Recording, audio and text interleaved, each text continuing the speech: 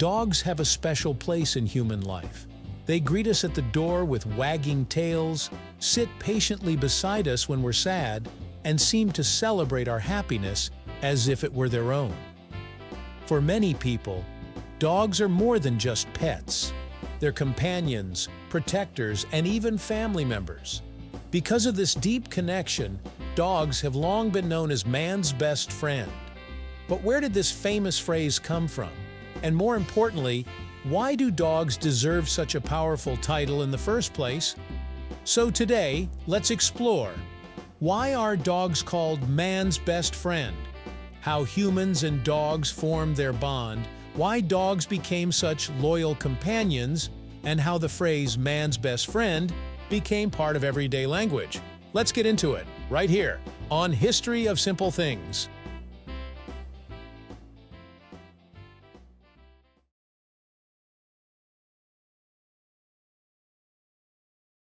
The relationship between humans and dogs likely began more than 15,000 years ago, possibly even earlier.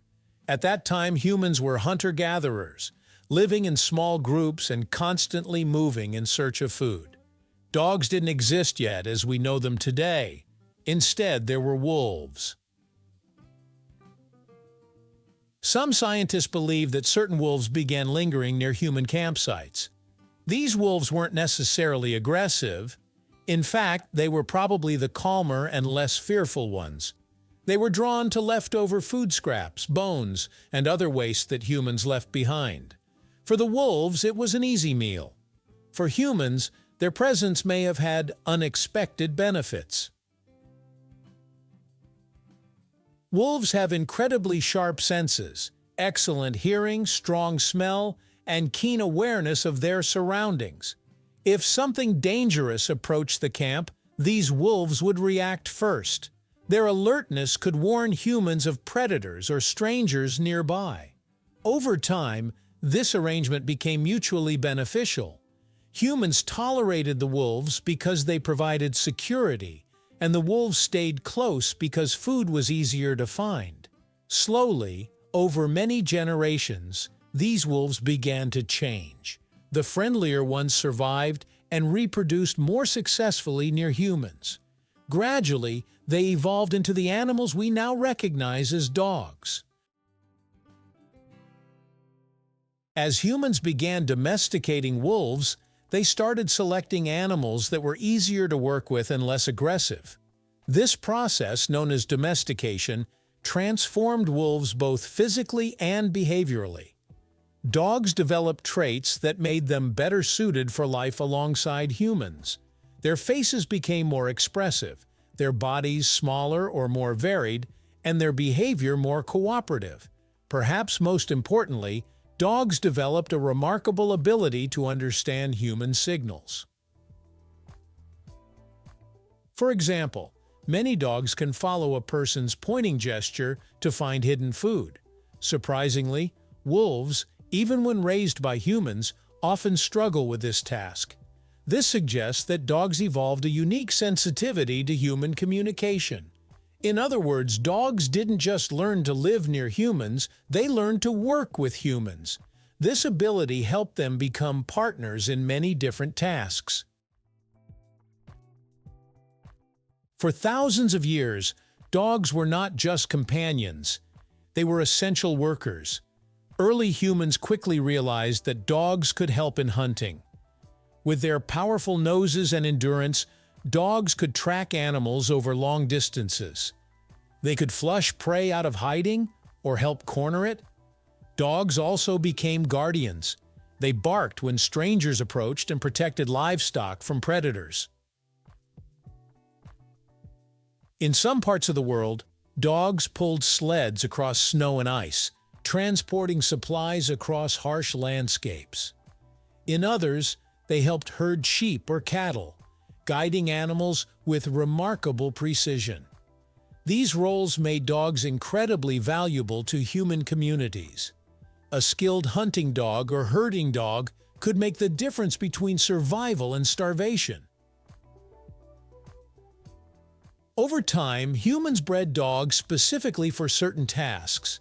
This led to the enormous variety of dog breeds we see today, from tiny companion dogs to powerful working animals. But even as dogs took on practical roles, their emotional connection with humans continued to grow. One reason dogs are called man's best friend is the extraordinary emotional bond they share with humans. Studies have shown that when a dog and its owner look into each other's eyes, both experience a release of oxytocin, often called the bonding hormone. This is the same hormone involved in the emotional connection between parents and children. In simple terms, interacting with a dog can literally make humans feel happier and more connected.